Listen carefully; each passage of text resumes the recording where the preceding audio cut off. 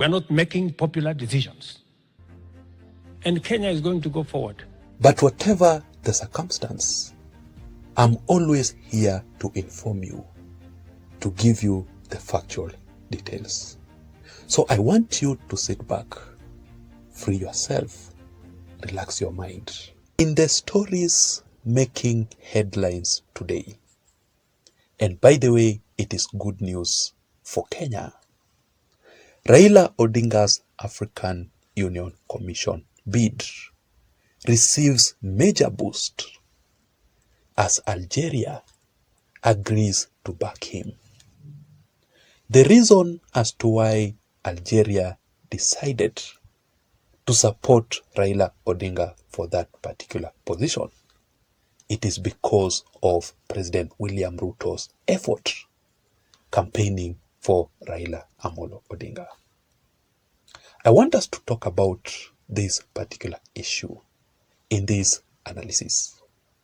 So even before we begin, if you are new in this channel, I want you to take 1 second or two and subscribe for you to receive more political updates like the one that I'm currently doing here. You can also give this video a like. Now let us proceed, because I want us to find out how exactly President William Ruto successfully managed to convince the president of Algeria to support Raila Odinga in the African Union Commission. Top job.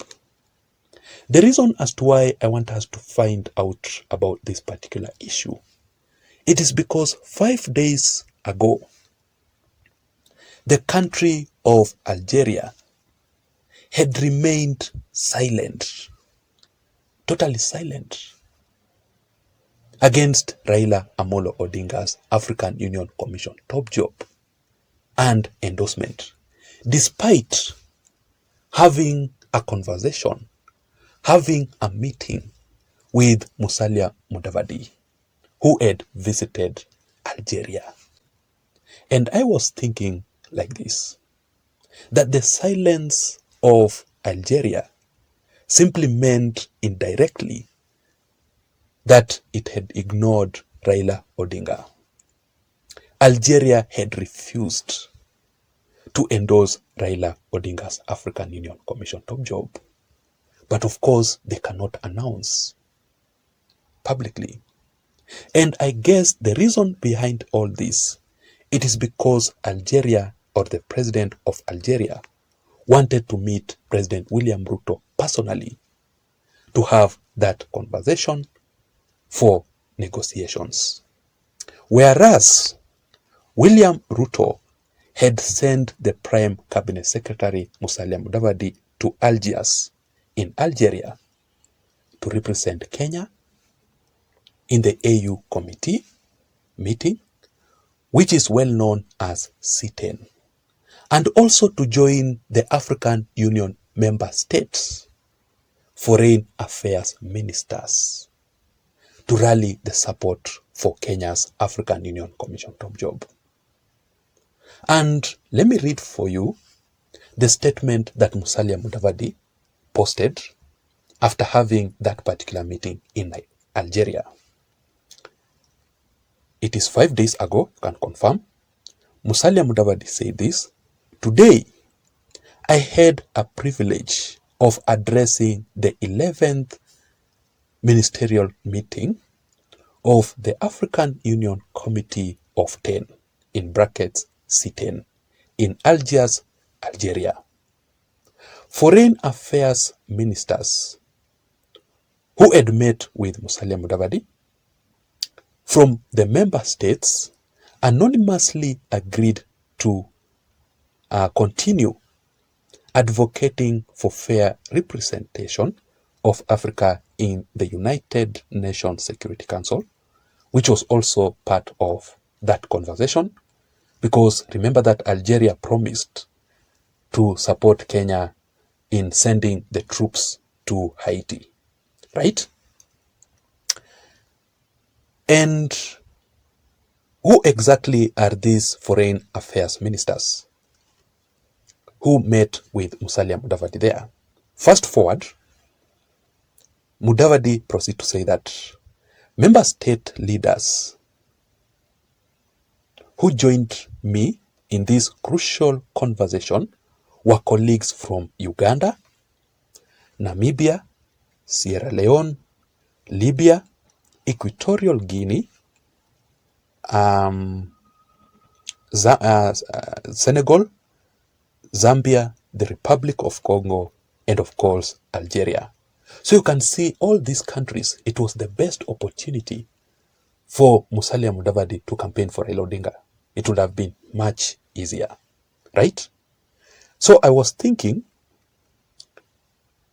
Musalia Mudavadi campaigning for Raila Odinga's African Union Commission top job in Algeria did not bear any fruits at all.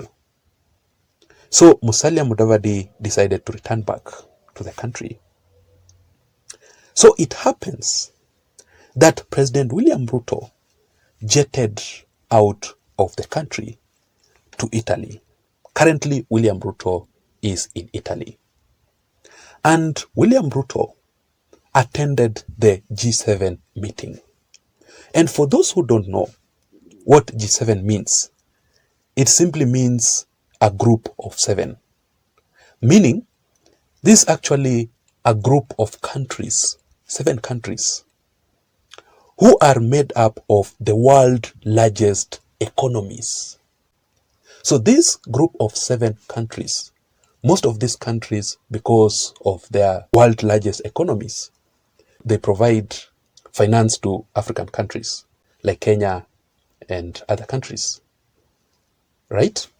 And these 7 countries are France, Germany, Italy, Japan, United Kingdom, United States, and Canada. So let me ask you, is Kenya part of G7? Of course not. Not at all. So the question is, why do you think William Ruto had to attend that particular meeting? And also to address the G7 meeting? Why? Why William Ruto in Africa? Yet Kenya is not part of the G7. So William Ruto attended that particular meeting because of 2 reasons. Number 1 is to campaign for African Union Commission top job, because he met with these countries there, like Italy, the president of Italy. And number 2, William Ruto wanted to address the G7 meeting on the reforms of the financial architecture for equity. Remember, just like I had said it earlier on, the G7 countries provide financial support to African countries.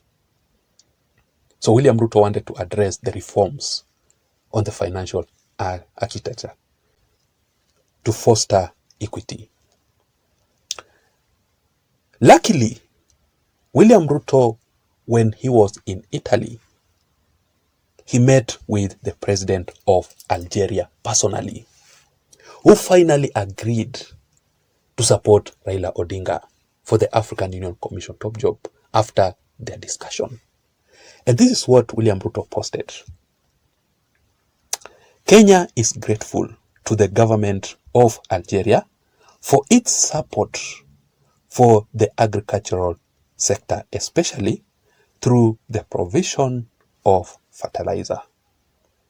We are also thankful for Algeria for her financial support for Kenya led UN security mission for Haiti.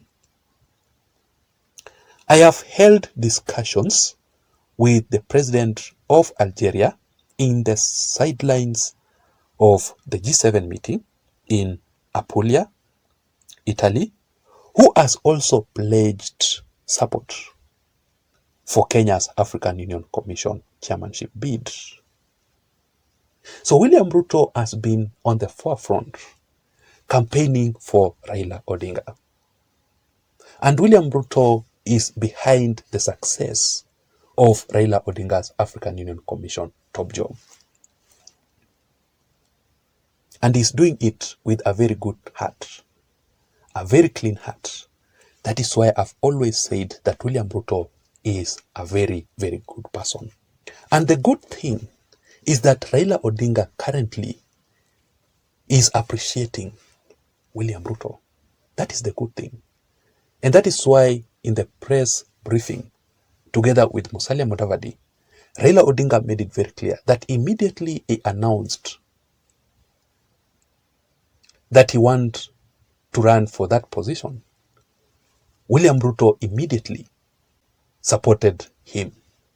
And he was shocked to see how William Ruto and the government of Kenya Kwanza supported him for the African Union Commission top job. I made a decision myself that I want to offer myself to serve the continent. And as you know, you cannot run for this position without being sponsored by your country. Your candidature is not valid until your country has said yes. So I was myself pleasantly surprised that Kenya government said they would support me. I was expecting them to say no. I don't know what you think. I want to know your thoughts and your opinions in the comment section down below. Do you think that Raila Odinga will win the African Union Commission top job? And if Raila Odinga wins that particular position, do you think that William Ruto should take the credit for that? Please don't forget to subscribe to this channel. Let me see you again in my next video analysis. Remember, my name is Jason. Bye-bye and have a good night. Thank you.